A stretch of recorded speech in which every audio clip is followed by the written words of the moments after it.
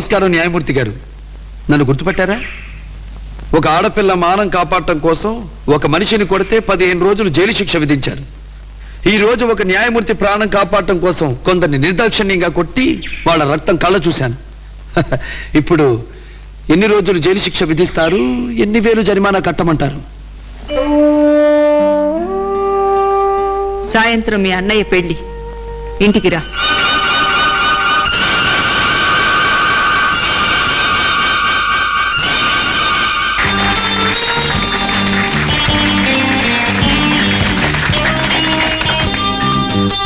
నమస్కారం ఎంపీ గారు, పిలవకపోయినా మా తమ్ముడి పెళ్లికి వచ్చారు, చాలా సంతోషం. నన్ను పిలవాలటండి? ఆ మాటకొస్తే ఈ రాష్ట్రంలోని ప్రజలంతా నా బిడ్డల్లాంటి వాడు. నన్ను పిలవక్కర్లేదు. ఆ మాటకొస్తే నా నియోజకవర్గంలో ప్రజలంతా నా వాళ్లే, అందరూ నా బిడ్డలకి వాళ్ళే.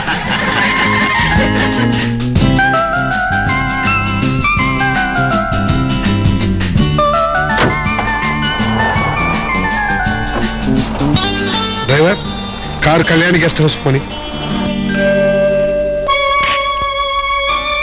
పిలిచారండియా? వాచ్మెన్ వెళ్ళి ఫుల్ బాటిల్ పేరస్ కార్డు పడరా. అలాగేనండి. వచ్చే వేగంగా భోజనం చేసి వచ్చాయి. థ్యాంక్స్ అండి.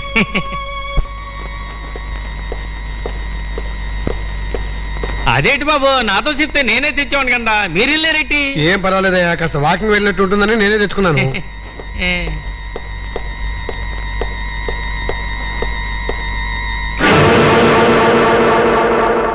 ఏమిటట్టా స్టిల్ ఇస్తున్నావు? ఏమైనా జ్ఞాపకాలు వస్తున్నాయా? మా అమ్మాయితో తిరిగిన పార్కులు, పాడిన డ్యూయెట్లు, కొనిచ్చిన కానుకలు కళ్ళ ముందు మెదులుతున్నాయా? ఒళ్ళు చూపించి పొట్ట పోసుకుని ఈ ఏడాది ఒళ్ళమ్ముకునే నా బ్రతకగలదులే అని ద్రోహం చేశావా?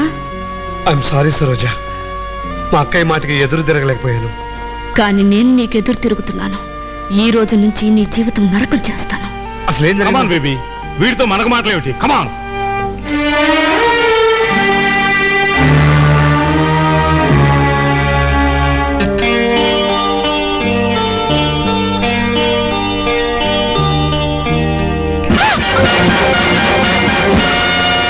కోటమ్మా, మనం బయటికి వచ్చేసాం అంటే నీకు తెలుసుగా, మర్డర్లే, ఆల్ మర్డర్.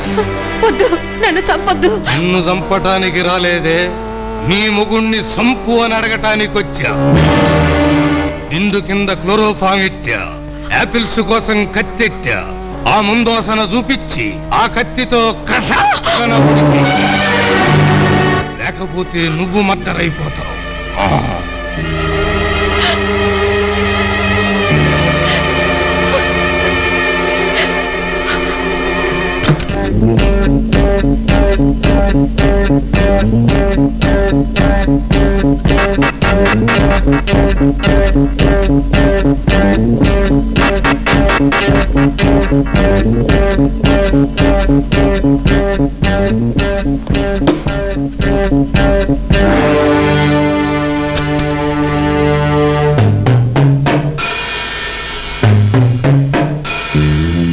కత్తి చాలా పదునుగా ఉంది కదూ?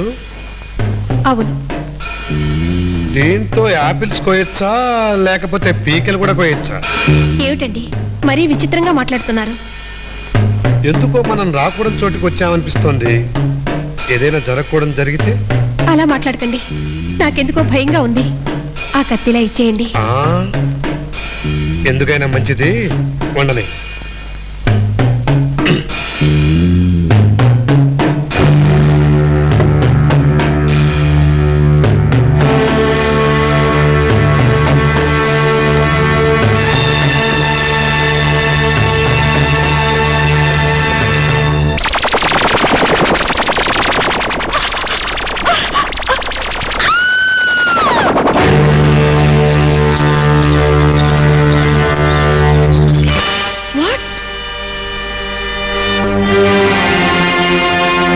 ఇతన్ని గురించేనా మీరు చెప్పేది? అవునండి, మోహను నేను ప్రేమించుకున్నాం, పెళ్లి కూడా చేసుకుందాం అనుకున్నాం.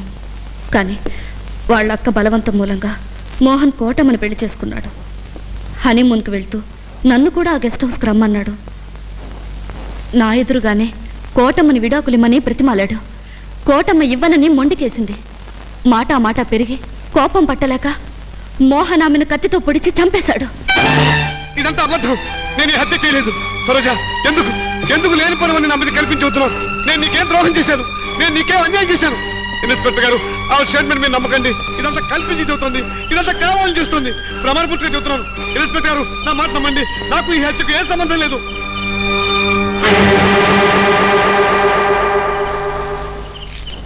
నమస్కారం జడ్జి గారు. ఎలా ఉంది కేసు? నా కొడుకు తన భార్యను చంపిన నేరానికి మీ విచారణలో కోర్టులో ఉన్నాడు. మీ తమ్ముడు తన భార్యను చంపిన నేరానికి పోలీస్ స్టేషన్లో ఉన్నాడు. నా కొడుక్కి మీరు ఉరిశిక్ష వేస్తే మీ తమ్ముడికి ఉరిశిక్ష వేయాల్సిందే. నా కొడుకుని మీరు విడుదల చేస్తే మీ తమ్ముడు విడుదలయ్యే మార్గం నేను చెప్తాను. That is my politics.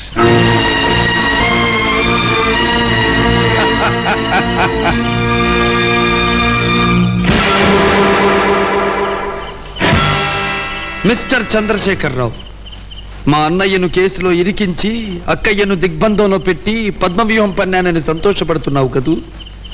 నీ పద్మవ్యూహాన్ని భేదించడం తెలిసిన అభిమన్యుణ్ణి నేనున్నానని మరచిపోకు.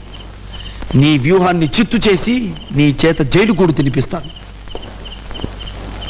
అది నీ పాలిటిక్స్ అయితే ఇది నా పాలిట్రిక్స్.